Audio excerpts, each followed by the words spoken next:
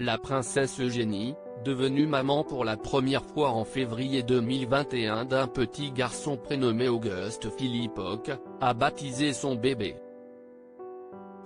Un événement organisé en petit comité, dans un cadre privé, le 22 novembre à Windsor. Quelques jours plus tôt, elle pleurait la mort d'un proche.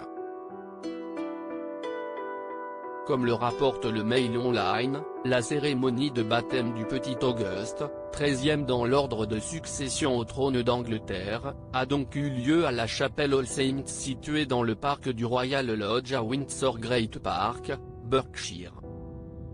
La souveraine Elisabeth II, qui se ménage depuis la multiplication de problèmes de santé dont un mal de dos l'ayant contrainte à limiter ses déplacements sur le terrain, était présente et n'aurait raté ça pour rien au monde. Le bébé est le 9e arrière-petit-enfant de la monarque. Une présence réconfortante pour la princesse Eugénie et son mari Jack Brooksbank qui sont en deuil depuis quelques jours.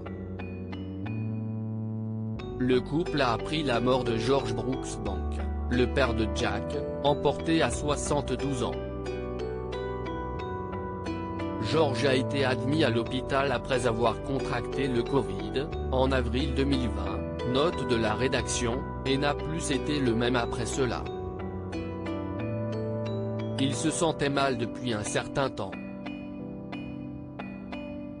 Cela a été un moment très dur à vivre pour Jack que de perdre son père juste avant le baptême, a confié un proche anonyme. Une autre source a déclaré que c'était toutefois un miracle que George survive au virus l'an dernier car il avait passé 5 semaines sous respirateur et qu'il avait ainsi eu le temps de voir la naissance d'Auguste. Lors de cette cérémonie à Windsor, la reine a aussi assisté par la même occasion au baptême de son autre arrière-petit-fils, Lucas Tyndall, le fils de Zara et Mike Tyndall.